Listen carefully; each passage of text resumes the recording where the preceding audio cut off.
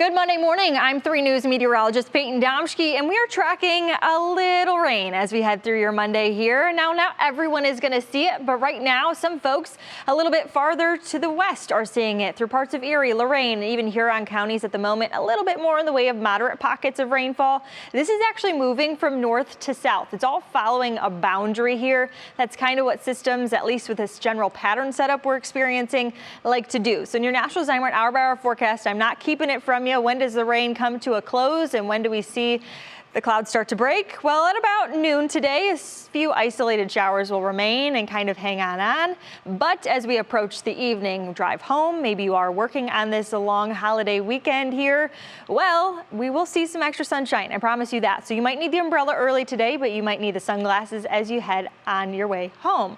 But today overall, once again, a few showers, mostly cloudy. Tomorrow, though, we turn up the heat. We get hot and downright muggy, folks.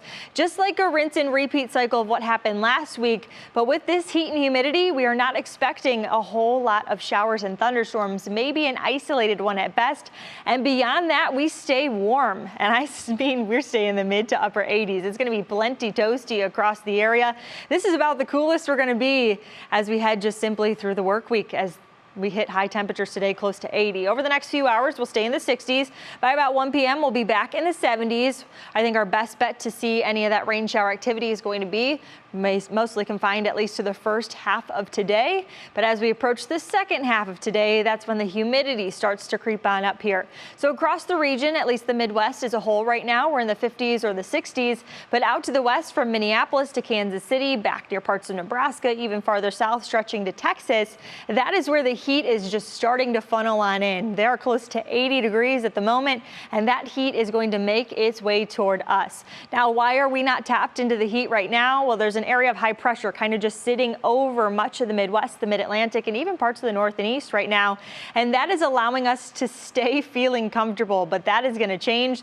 The humidity along with the heat is just surging into those locations like Minneapolis, as I mentioned before. They're close to 80 degrees right now, and their dew point temperature is at about 70. So it is awfully muggy for them, and the mild conditions we'll experience today here, so seasonable, right around 80, as I've mentioned off and on here, it's going to go away. We are going to trend above normal, so the heat that is out to our west is going to surge into the Buckeye State. It is going to impact the entire Midwest, very similar, once again, to the pattern we experienced last week. We were not alone in the heat.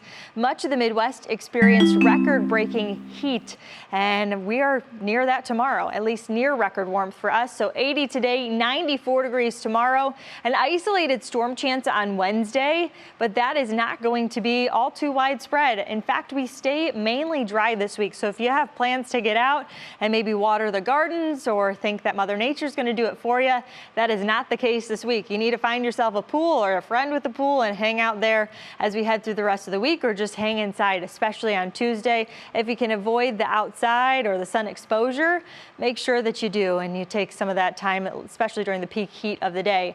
Past that, we stay in the 80s. The low to mid to even upper 80s all the way through this upcoming weekend. But next weekend looks like a stunner and pretty summer-like in nature, as the first official day of summer is actually tomorrow.